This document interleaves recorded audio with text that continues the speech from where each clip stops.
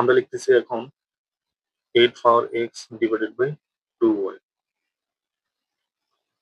তো এটাকে ভাঙা যদি লিখি আমরা, বা 8 কে যদি ভাঙাই আমরা এখানে ভেঙে করলে 2 পাওয়ার 3, তারপরে এই যে এক্সটা লিখলাম, 8 এর পরিবর্তে লিখলাম 2 পাওয়ার 3, আর 2y যেভাবে আছে সেভাবে। আর এটা ভাঙাই দিতেছি, কেমন লিখছি এটার পরিবর্তে হচ্ছে যে 4 দুগুণা 8, 2 3 4, তাহলে 2 একটা 2টা 3 2 পাওয়ার 3।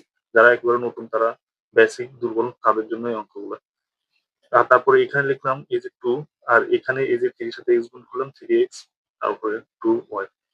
তা আমরা অঙ্ক একটা আমরা জানি যে আমরা সূচকের অঙ্কগুলো করছিলাম a এর উপরে m, আর এখানে বেস দুইটা থেকে একটা a, আর এই যে পার হিসেবে m আছে m লিখলাম, এইখানে ভাগের পরিবর্তে বিয়োগ, আর এই যে এন্টার লিখলাম। তো ধরো এখানে বেস দুইটা থেকে একটা, আর এখানে আমরা লিখতেছি এখন এই যে 3x মাইনাস এই ভাগের পরিবর্তে মাইনাস, আর ওয়াইটা লিখলাম।